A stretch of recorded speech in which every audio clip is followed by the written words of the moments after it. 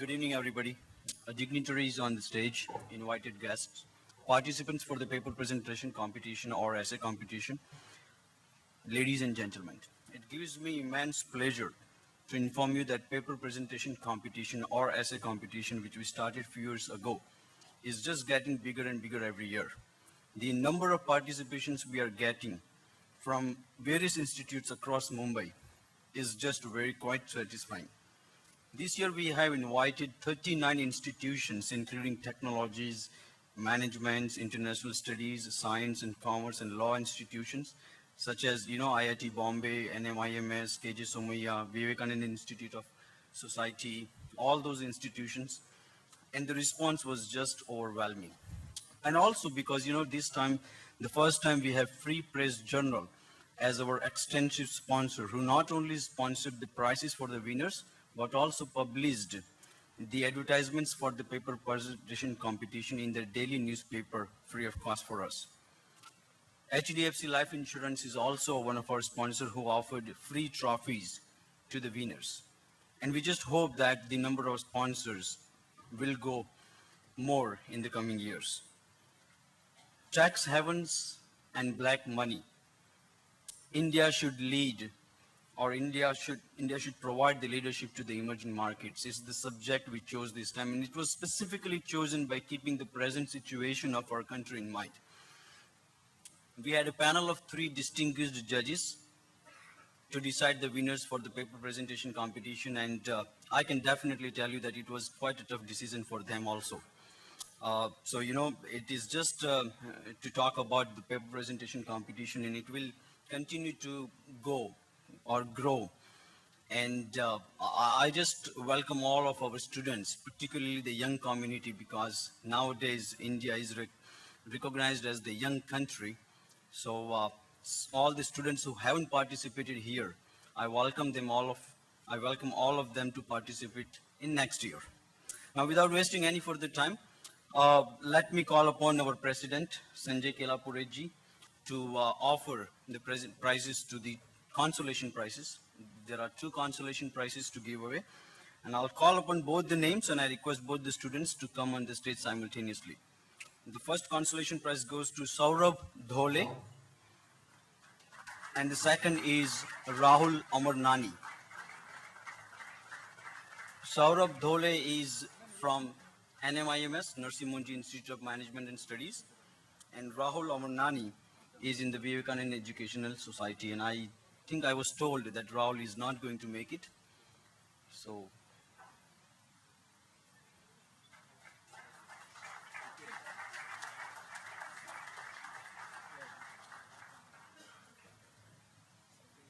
second, I request our sponsor, Free Press Journal, and from them we have Mr. Abhishek Karnani, to request him to come on the stage to present the 3rd winner. And the prize for the 3rd winner goes to Mr. Ricky Gupta. And I think Ricky is also not here. I was just informed lately that he will not make it to today. So on behalf of her, I request Abhishek ji to present the prize to... is there anybody from NMIMS who can collect the prize on behalf of Ricky? Yes, please. Please come.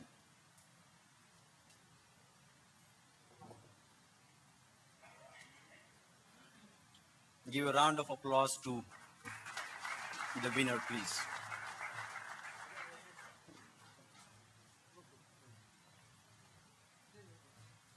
I'll give you his contact details.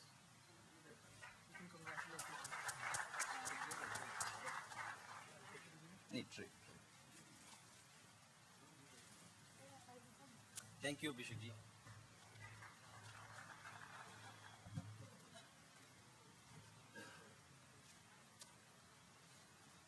The second winner will get the prize from the hands of Shri Motilal Oswal. Everybody knows who he is, so I don't need to go into the detail. The second winner is Surbhi Mundra. Is she here? Surbhi is from IIT Bombay, and she is in the third year of electrical engineering. So I'm not too sure if Surbhi Mundra is here, and if she's not there, then if anybody else can collect on behalf of her. Okay, well, I guess we'll forward the message to her later on. The first winner for today's paper presentation competition, and the prize will be awarded from the hands of Professor Vaidyanathan ji.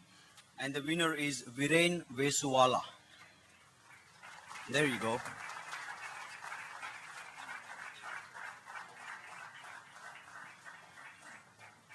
Yes, Viren. Professor Vaidyanathan.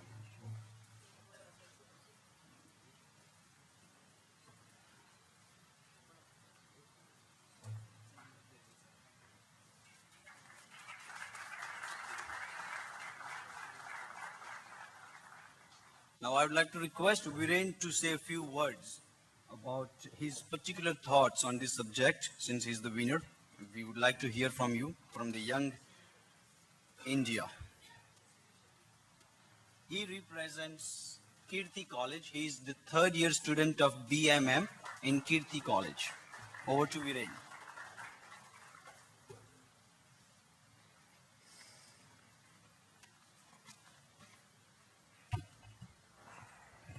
Hello. First of all, it's indeed a pleasure to receive the gifts from the distinguished guest today. A very good evening to the honorable guest of the day, Professor R. Vaidyanathan, Shri Motilal Oswal, distinguished dignitaries, Mr. Sanjay Kilapure, my fellow colleagues and the audience for their gracious presence. I, Viren Vesuwala from Kirti College, would like just to read a few of the synopsis of my essay. Prime Minister, in his speech on the Independence Day, said that corruption is not something that can be erased through a magic wand. Sometimes last month, he also said to the state chief secretaries in New Delhi that corruption dents India's image, hampers good governance, and needs to be tackled boldly and quickly. He spoke as the Prime Minister of India and tried sending a serious and well-meant message to all the concerned. But what is the ground condition? Allow me to cite an example of the Bofors scam, perhaps the oldest scam that each one of us know.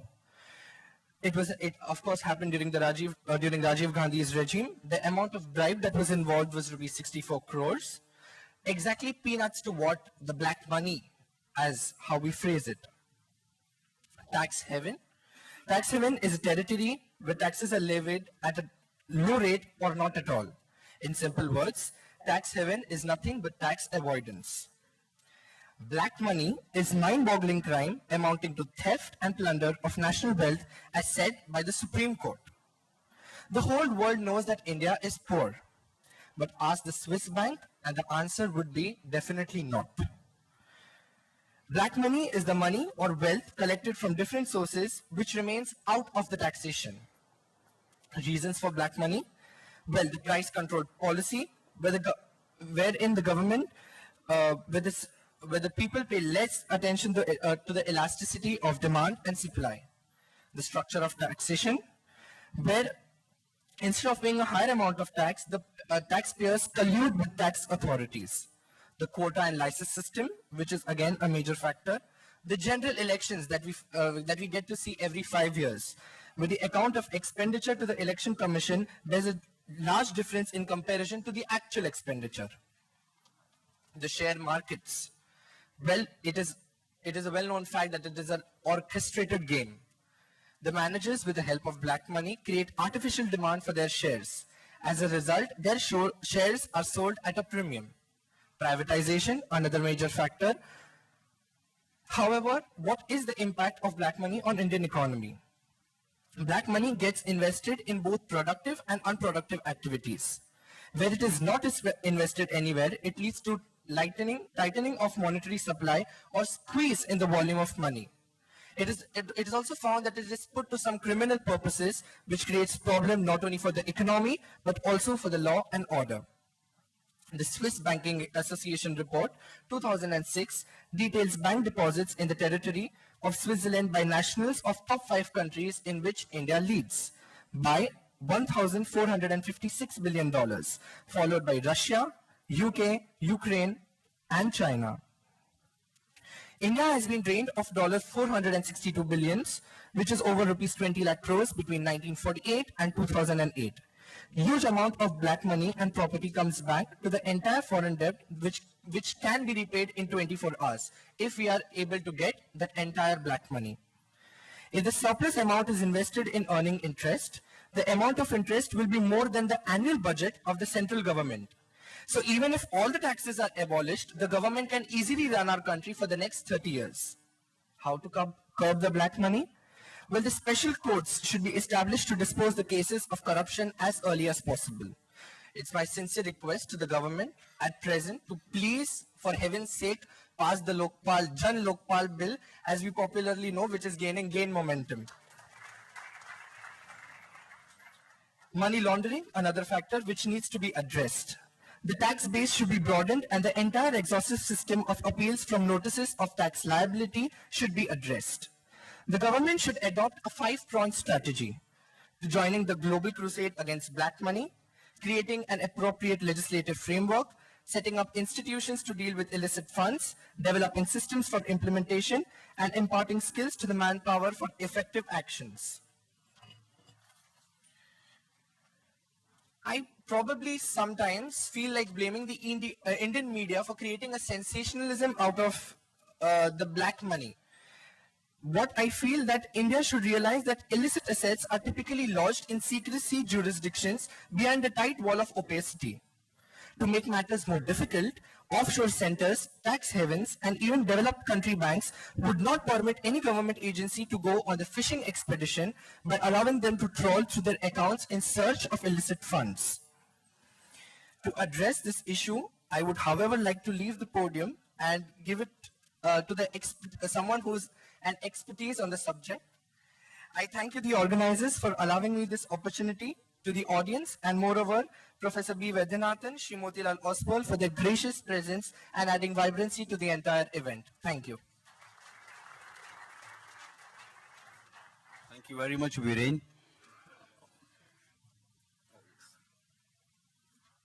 I just got a phone call from our second winner, Surbhi Mundra.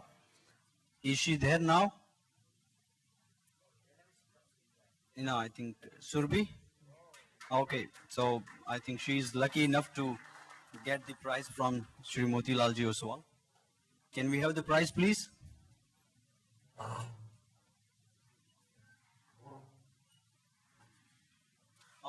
She is the 3rd year in electrical engineering, IIT Bombay.